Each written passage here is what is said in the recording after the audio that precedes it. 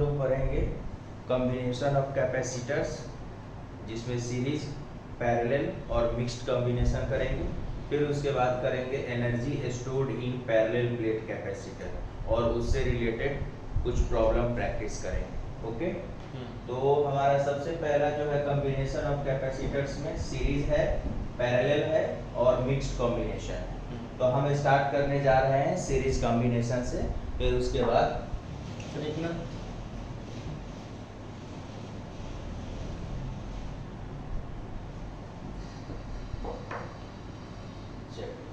शुरू करते हैं सीरीज कॉम्बिनेशन।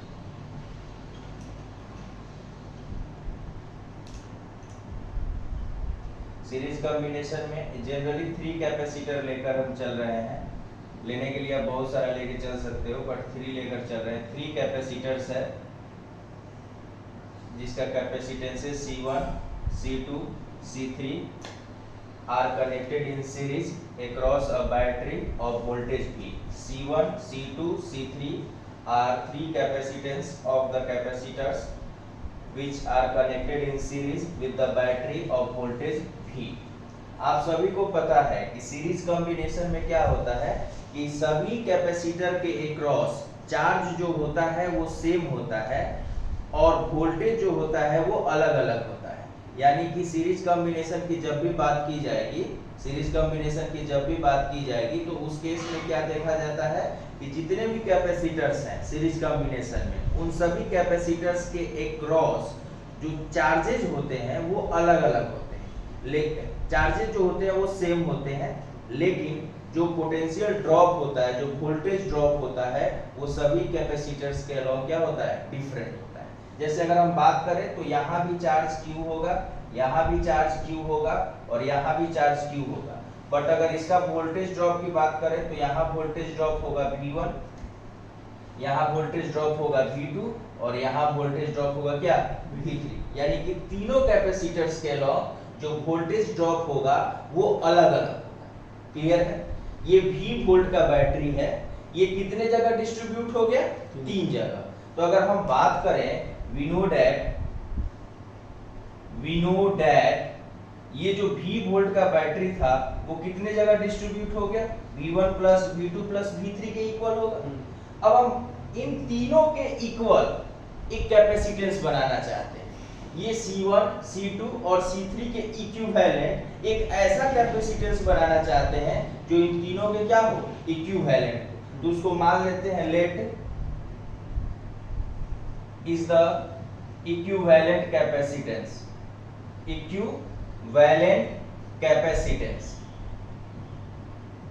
equivalent capacitance।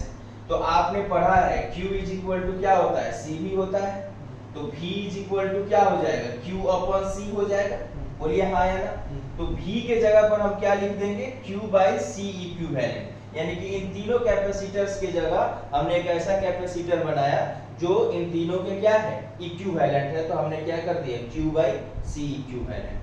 अब यहाँ भी चार्ज सेम है तो क्या हो जाएगा, Q बाई C1। V2 की जब बात करेंगे तो हो जाएगा Q बाई C2 और V3 की जो बात करेंगे तो वो क्या हो जाएगा, Q अपॉन C3। अब ध्यान दीजिए, यहाँ Q upon C equivalent, Q common ले लीजिए तो यहाँ क्या बचेगा, 1 plus C1, 1 upon C2, 1 upon C3। अब इस Q से इस Q को कैंसिल आउट कर सकते हैं। तो हमारे पास क्या बचा, 1 by C equivalent is equal to 1 by C1 plus 1 by C2 plus 1 by C3। Okay, resistance हम लोग 10th में पढ़े थे सीरीज और पैरेलल कॉम्बिनेशन का। तो वहां पर सीरीज में क्या आता है, R1 plus R2 plus R3, लेकिन यहाँ पर क्या है, उसका उल्टा है। यानी कि यहाँ जो सीरीज होगा वो रेजिस्टेंस के पैरेलल होगा। यानी कैपेसिटर में जो सीरीज होता है वो रेजिस्टेंस का क्या होता है, पैरेलल के बराबर होता है, और वहां का जो सीरीज होता है यहाँ के पैरेलल के इक्वल होता है। क्लियर है? 3 कैपेसिटर है, C1, C2, C3, उसको कनेक्ट किया गया एक बैटरी जिसका वोल्टेज V है। अब सीरीज में क्या होता है, चार्ज जो होता है वो सेम होता है, बट जो वोल्टेज ड्रॉप होता है वो क्या होता है, अलग अलग होता है। इस कैपेसिटर के अलॉन्ग जो वोल्टेज ड्रॉप होगा उसको V1 बोल दिए, इसको हमने V2 बोल दिया, इसको हमने V3 बोल दिया। तो ये जो V वोल्ट का बैटरी है वो 3 जगह डिस्ट्रीब्यूट हुआ है, V1, V2 और V3, यानी कि V equal to V1 plus V2 plus V3। तो इन तीनों के इक्विवेलेंट एक नया कैपेसिटर बनाया गया जिसका नाम दे दिया गया C इक्विवेलेंट। तो C equivalent is the equivalent capacitance. तो वोल्टेज इज इक्वल टू क्या होता है, चार्ज बाय कैपेसिटेंस। तो Q by C equivalent is equal to Q by C1, Q by C2, Q by C3। Q को common लेकर cancel out कर दीजिए, तो 1 by C equivalent is equal to 1 by C1 plus 1 by C2 plus 1 by C3। Okay, हाँ sir.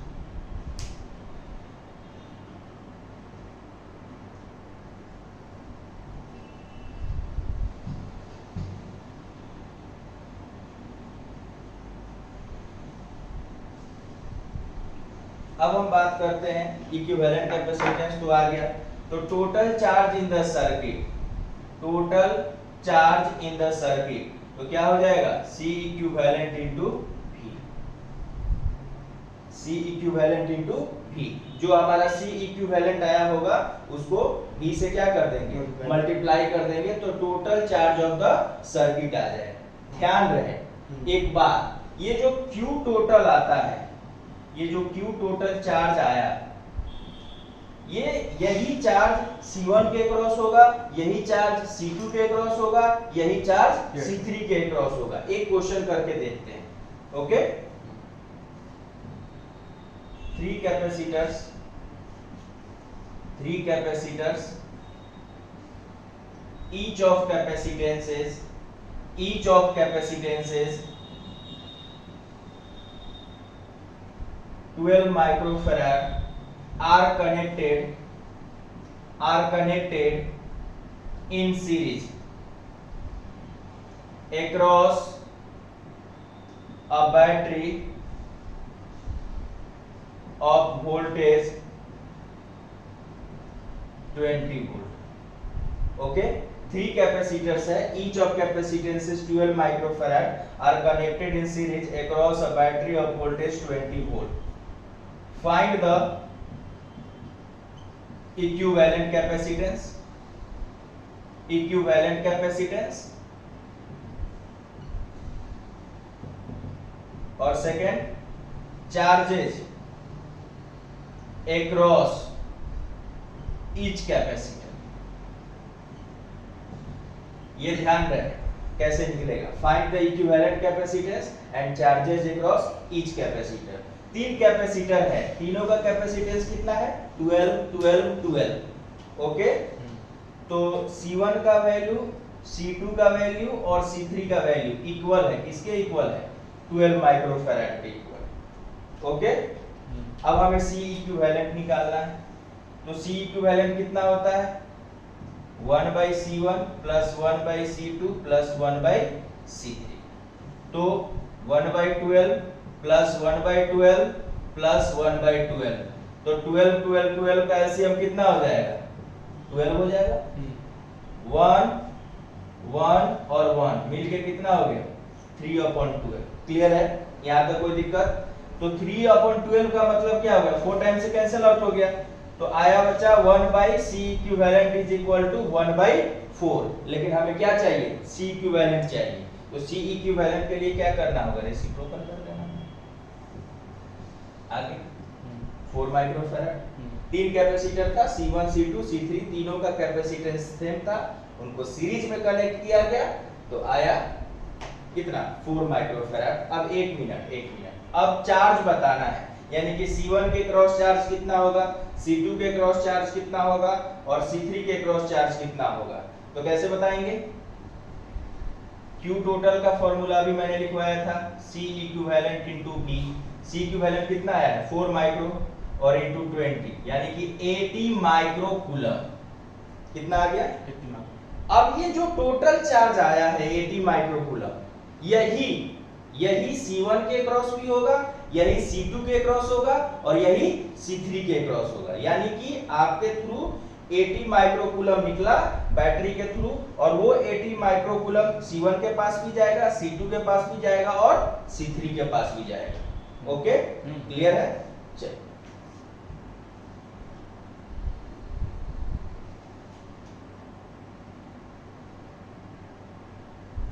आगे हम लोग बढ़ते हैं, थोड़ा सा इसमें एक चीज और कैलकुलेट कर लेते हैं ताकि हमारा काम आसान हो जाए थोड़ा सा, और वो ये है कि वोल्टेज कितना कितना ड्रॉप होगा, क्योंकि डिफरेंट डिफरेंट वोल्टेज ड्रॉप होता है, तो कितना ड्रॉप होगा वो कर लेते हैं।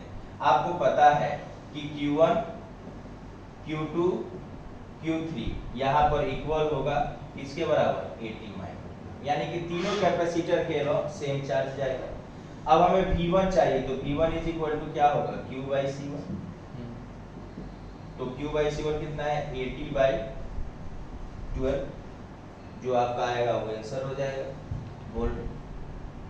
अब V2 80 बाई 12, जो आपका आया वो वोल्ट में आंसर हो गया। इसी तरीके से सिमिलरली V3 भी 80 बाई 12 होगा। क्यों होगा? इसलिए होगा क्योंकि तीनों का कैपेसिटेंस क्या है सेम है। तो क्लियर है? कोई सर।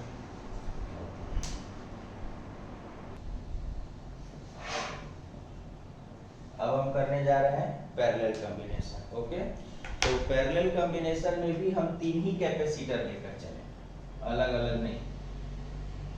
ज्यादा लेकर चलने का कोई बेनिफिट नहीं।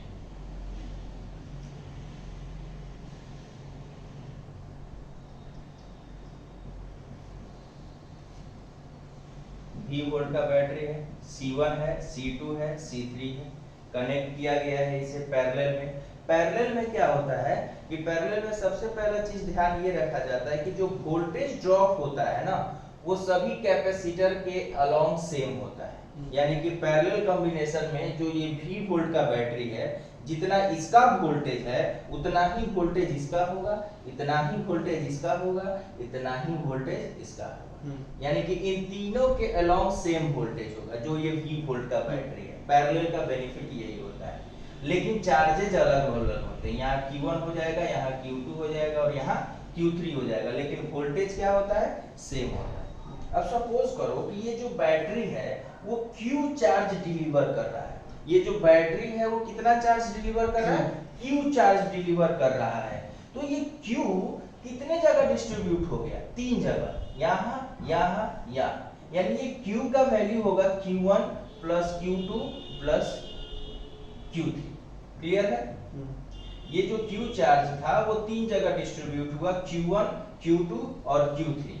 और हमें पता है क्या Q इज इक्वल टू क्या होता है CV। वोल्टेज तो तीनों जगह सेम होगा, लेकिन अगर हम बात Q1 की करें तो C1 इंटू V, Q2 की बात करें तो C2 इंटू V, और Q3 की बात करें तो C3 इंटू V। लेकिन वोल्टेज तीनों जगह क्या होगा सेम होगा, क्योंकि पैरेलल कॉम्बिनेशन में वोल्टेज क्या होता है इक्वल होता है। तो अब बात करते हैं कि तीनों के इक्विवेलेंट एक कैपेसिटेंस बना दिए, जिसका नाम हमने क्या दे दिया C इक्विवेलेंट, और इनटू V। यहाँ C1 इंटू V, यहाँ C2 इंटू V और यहाँ C3 इंटू V। अब V कॉमन लेकर क्या कर देंगे, कैंसिल आउट कर देंगे। तो जो हमारा C इक्विवेलेंट आ गया वो C1 प्लस C2 और C3 के इक्वल आ गया, यानी कि जो C इक्विवेलेंट आया वो C1 plus C2 plus C3 के इक्वल आ गया। अब हमें चार्ज चाहिए Q1, तो C1 इंटू V। ओके, चलिए इस पे रिलेटेड एक न्यूमेरिकल लगाते हैं।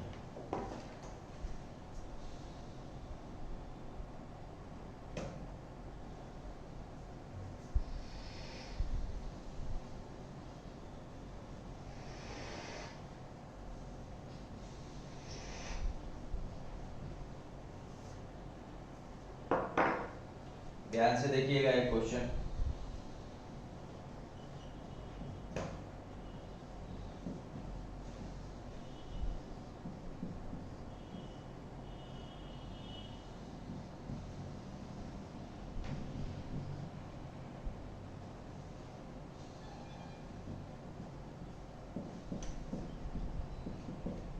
थ्री 2 3 4 2 माइक्रोफैरड, 3 माइक्रोफैरड और 4 माइक्रोफैरड पैरेलल में कनेक्टेड है। कैसे? 12 वोल्ट बैटरी से।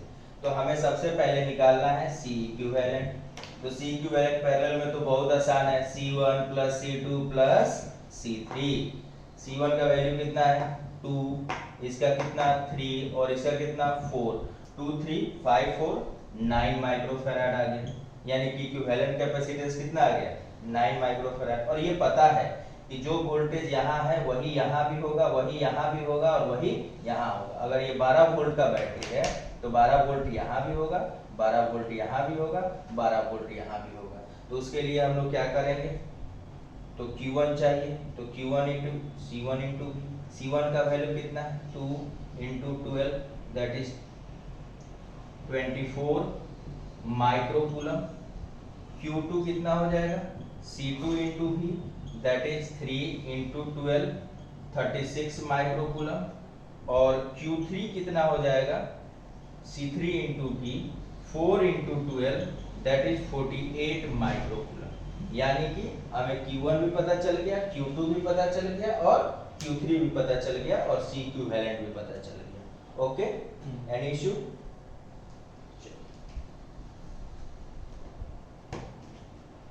हमें इसमें C इक्विवेलेंट बताना था और चार्जेस अक्रॉस ईच कैपेसिटर बताना था।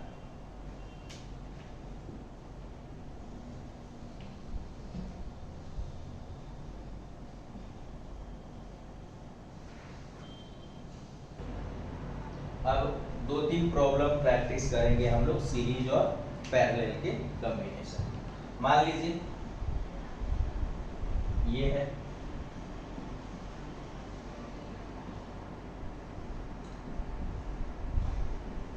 ये हमारा B हो गया, ये हमारा A हो गया, ये 4 माइक्रोफैराड, ये 12 माइक्रोफैराड, ये 12 माइक्रोफैराड, ये 6 माइक्रोफैराड और ये 6 माइक्रोफैराड। हमें इक्विवेलेंट कैपेसिटेंस बताना है A और B के बीच में। Find the equivalent capacitance. Equivalent capacitance between A and B। A और B के बीच में इक्विवेलेंट कैपेसिटेंस बनाना। तो ये तो देख के ही लग रहा है कि ये वाला और ये वाला किस में है सीरीज में। जो कंटिन्यू मिल गया वो किस में है सीरीज में, और ये दोनों किस में है पैरेलल में। यानी कि 6 और 6 माइक्रोफैराड जो है 6 और 6 माइक्रोफैराड ये दोनों किस में है पैरेलल में है। तो थोड़ा सा हम बना लेते हैं और पैरेलल में हमारा क्या ऐड हो जाता है 6 plus 6 that is 12 microfarad direct add हो जाता है पैरेलल में। तो 6 और 6 को पैरेलल में ऐड करेंगे तो कितना का बन गया 12 का। तो इन दोनों के बराबर एक कैपेसिटेंस बना दिए। ये तो हमारा पहले से था 12 माइक्रोफैराड और इन दोनों को पैरेलल में सॉल्व करने के बाद हमारा कितना है 12 आया। तो इन दोनों के बराबर हमने एक 12 माइक्रोफैराड का कैपेसिटर बना दिया। अब बताइए ये तीनों किस में है सीरीज में है। तो जब तीनों सीरीज में है तो सीरीज का फार्मूला क्या होता है 1/c इक्विवेलेंट।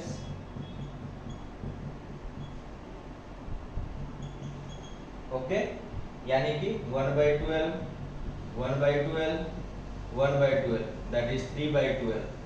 अब रेसिप्रोकल करोगे क्योंकि हमें c इक्विवेलेंट चाहिए तो 12/3 दैट इज 4 माइक्रोफैराड। यानी कि नेट कैपेसिटेंस जो आया वो कितना आ गया 4 माइक्रोफैराड। सबसे पहले क्या किया हमने इसको और इसको इन दोनों को पैरेलल में सॉल्व कर लिया। तो पैरेलल में डायरेक्ट ऐड होता है, तो पैरेलल में डायरेक्ट ऐड होता है तो 6 प्लस 6 मिलके कितना हो गया 12। इन दोनों को सॉल्व करके यहाँ 12 लिख दिया।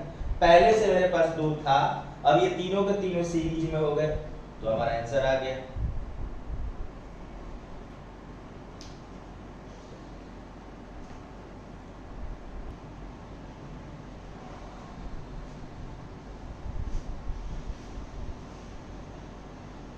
बोर्ड में भी और नीट वगैरह में भी इस टाइप का क्वेश्चन आता है। नीट में भी ये क्वेश्चन आया हुआ है। जैसे मान लीजिए कि 4 कैपेसिटर को कनेक्ट किया है।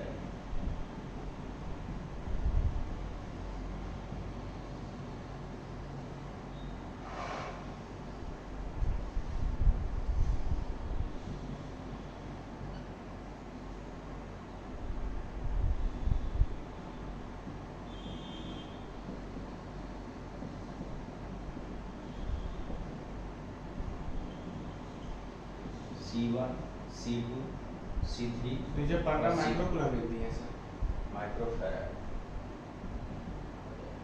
अब देखिए कॉम्बिनेशन कुछ ऐसा है, चार कैपेसिटर्स है C1, C2 और C3 और C4, कुछ कॉम्बिनेशन ऐसा दिया हुआ है। तो हमें सबसे पहले निकालना है C इक्विवेलेंट, सबसे पहले हमें निकालना है C equivalent of the circuit, यानी कि equivalent capacitance of the circuit. उसके बाद से चार्जेज अक्रॉस ईच कैपेसिटर, यानी हमें Q1 निकालना है, Q2 निकालना है, Q3 निकालना है और Q4 निकालना है। यानी कि सबसे पहला टारगेट हमारा है इक्विवेलेंट कैपेसिटेंस निकालना और दूसरा टारगेट है कि charges across each capacitor find out करना। क्लियर है? तो अब एक चीज बताइए, इसमें बहुत सारे बच्चे कंफ्यूज हो जाते हैं, बोलते हैं कि सर क्या है, ये चारों का चारों किस में है, सीरीज में। कुछ बच्चे ऐसा बोलते हैं, बट ऐसा है नहीं, ये सीरीज में चारों का चारों नहीं है। इसका नाम अगर हम ए दे दें और इसका नाम हम बी दे दें, तो ध्यान से देखना, C1, C2 और C3 ये जो तीनों है ना, ये सीरीज में है।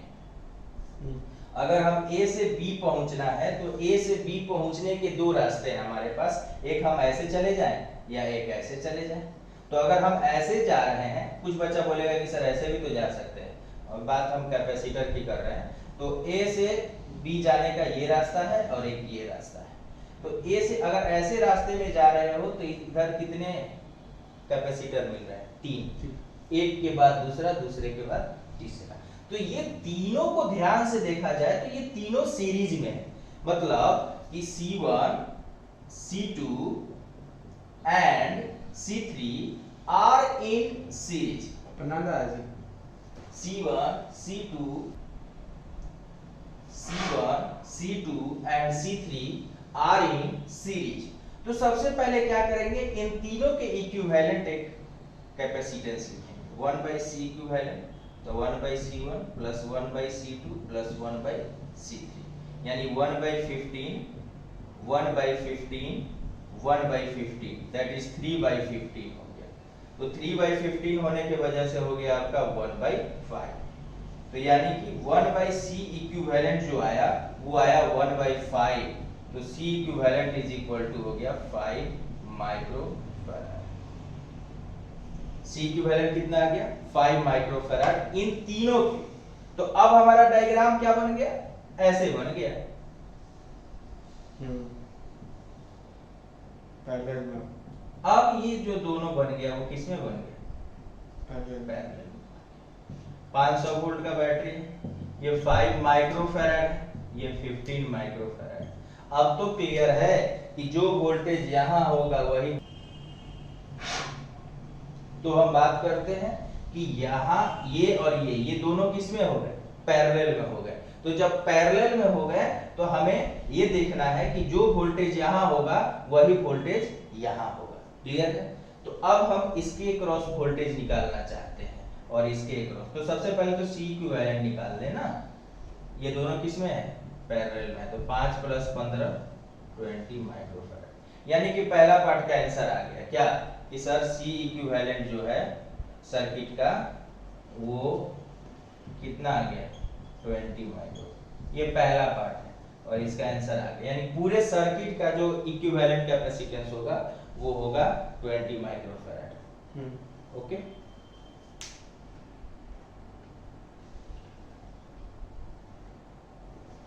अब हम बात करेंगे कि चार्ज क्या क्या होगा। तो इतना तो क्लियर है कि sir C1, C2, C3 series में है, C1, C2, C3 सीरीज में है, तो जो Q1 होगा वो इक्वल होगा Q2 के, वो इक्वल होगा Q3 के, यानी कि इन तीनों के अलोंग जो चार्ज होगा वो क्या होगा, सेम होगा। तो एक काम करते हैं, इसके क्रॉस चार्ज निकाल लेते हैं Q। तो 5 × 500 हो गया आपका 2500 माइक्रोकूलम, यानी कि इसके क्रॉस जो चार्ज आएगा वो 2500 माइक्रोकूलम आएगा। इसके क्रॉस अगर निकाल लें Q4 के क्रॉस, क्योंकि ये हमारा C4 है तो ये Q4 हो जाएगा। Q4 जो है वो आएगा 15 × 500, यानी कि 7500 माइक्रोकूलम, यानी कि इसके क्रॉस जो चार्ज आया वो आया 7500 माइक्रोकूलम। अब एक चीज बताइए, ये जो आया है 2500 माइक्रोकूलम, ये इसके क्रॉस आया है, 5 माइक्रोफैराड के क्रॉस आए हैं। अब ये 5 माइक्रोफैराड क्या है, इक्विवेलेंट कैपेसिटेंस है किसका, C1 C2 और C3 का। तो यानी कि Q1 Q2 और Q3 का जो वैल्यू होगा वो होगा 2500 माइक्रोकूलम और Q4 का जो वैल्यू होगा वो 7500 माइक्रो।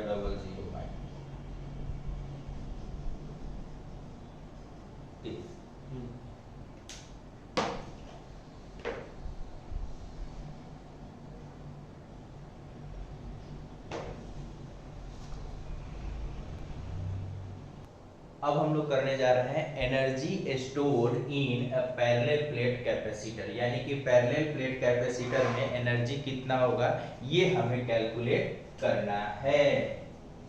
तो मान लीजिए कि ये आपका पैरेलल प्लेट कैपेसिटर है जिसपे चार्ज हम लोग Q और -Q देते हैं। इस कैपेसिटर को आप बैटरी V से कनेक्ट करते हो तो आपको बताना है कि इसमें एनर्जी कितना स्टोर होगा। तो शुरू करते हैं, एक कैपेसिटर लीजिए, पैरेलल प्लेट कैपेसिटर, इस पे चार्ज Q है, इस पे चार्ज क्या है -Q है, इसका प्लेट एरिया A है, इसका भी प्लेट एरिया A है, इसके बीच का सेपरेशन जो है वो T है। और हम लोग जब इक्विवेलेंट कैपेसिटेंस से पहले जब पैरेलल प्लेट कैपेसिटर डिस्कस किए थे तो हमने पता किया था कि आउटसाइड में इलेक्ट्रिक फील्ड 0 होता है और इनसाइड में इलेक्ट्रिक फील्ड नॉन जीरो होता है। कितना होता है ये हमें पता है, बट ये ध्यान रहे कि आउटसाइड में इलेक्ट्रिक फील्ड क्या हो जाएगा 0 और इनसाइड में इलेक्ट्रिक फील्ड नॉन जीरो होता है। क्या होता था इनसाइड में, वो भी हम लोगों ने कल किया था, Q/A एप्सिलॉन नॉट होता है। घबराने की जरूरत नहीं है, जब उसकी जरूरत पड़ेगी तो हम लोग यूज करेंगे। अब सबको पता है कि क्या सर, वी नो दैट कि dW इज इक्वल टू जो होता है वो V इंटू dQ होता है। वो कैसे सर, तो वो ऐसे सपोज करो कि V इज इक्वल टू हम लोगों ने पढ़ा है W/Q, यानी इलेक्ट्रिक पोटेंशियल का जो फॉर्मूला होता है वो होता है W/Q, work done per unit charge. तो एक काम करते हैं, यहाँ भी D लगा देते हैं, यहाँ भी D लगा देते हैं। छोटा सा चार्ज को मूव करने के लिए छोटा सा वर्क करना पड़ेगा, कोई दिक्कत तो है नहीं। तो अगर यहाँ से हम लिखें dW is equal to V into dQ हमें लिखना होगा, कोई दिक्कत तो है नहीं। तो अगर कोई दिक्कत नहीं है तो हमने ये लिख लिया dW is equal to V into dQ। अब बोलोगे कि sir V is equal to, आपने एक और फॉर्मूला हमें सिखाया है क्या, Q/C। V is equal to क्या पढ़ा है आपने, Q/C। तो हमने एक नाम दे दिया Q'/C इंटू dQ, मान लेते हैं कि Q' थोड़ा देर के लिए। अब एक बात बताओ, छोटा सा वर्क डन को बड़ा सा वर्क डन बनाना है तो छोटा छोटा छोटा छोटा ऐड करोगे, तो ऐड तो करते रह जाओगे, तो क्या करते हैं इंटीग्रेशन का यूज करते हैं। क्या करते हैं इंटीग्रेशन। तो W is equal to integration of small dW। तो dW का वैल्यू कितना है Q'/C इंटू dQ'। अब लिमिट कितना लेंगे 0 से। W इज इक्वल टू, अब हम बात करें इसका तो Q1/C को बाहर कर लो और Q'/dQ का इंटीग्रेशन जो हो जाएगा वो Q'² हो जाता है 0 से Q। क्यों याद है आपको, x⁴n dx का इंटीग्रेशन जो होता है होता है x⁴n+1 डिवाइडेड बाय n+1। ये तो था x। हां, तो यहाँ क्या था, पावर 1 था, तो 1 में 1 ऐड करेंगे तो क्या हो जाएगा 2 हो जाएगा। ये पावर नहीं है, ये डैश है, लेकिन फिर भी इसके पावर 1 माना जाएगा। ये यहाँ पावर कुछ नहीं है तो 1, तो 1 में 1 ऐड करेंगे तो 2 आएगा और 2 से क्या कर देंगे डिवाइड कर देंगे। तो यहाँ से W इज इक्वल टू आ जाएगा 1/C Q²/2, that is Q²/2C। यानी कि वर्क डन कितना आ गया Q²/2C। This work done is equal to the store potential energy, is equal to the store potential energy। यानी कि जितना हमें वर्क करना पड़ेगा वो टोटल के टोटल पोटेंशियल एनर्जी में कन्वर्ट हो जाएगा। तो U is equal to Q²/2C। और Q का वैल्यू क्या होता है CV भी होता है, तो C² V² अपॉन 2C, एक C से एक C कट गया, हाफ सी भी स्क्वायर, यानी कि हमारा एनर्जी का जो फॉर्मूला आया वो 2 आ गया, क्यू स्क्वायर बाई 2c और हाफ सी भी स्क्वायर। अगर बैटरी दिया है तो हाफ सी भी स्क्वायर यूज करेंगे, अगर चार्ज दिया है तो Q square by 2c use करेंगे।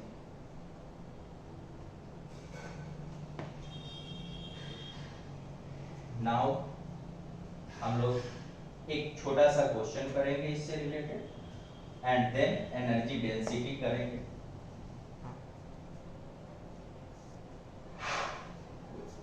क्वेश्चन करते हैं, find the energy stored in 12 picofarad capacitor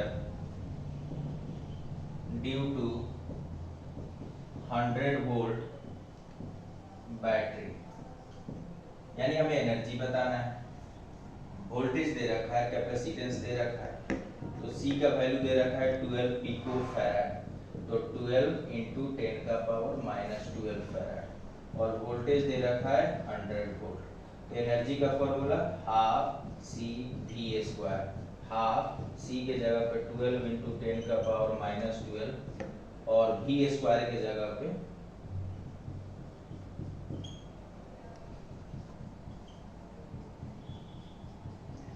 minus 12 और ये हो जाएगा 10 का पावर 4, क्योंकि 100 को 10 का पावर 2 लिख सकते हैं, उसका स्क्वायर करेंगे तो 10 का पावर 4 हो जाएगा। तो 6 इंटू 10 का पावर माइनस 8। ओके।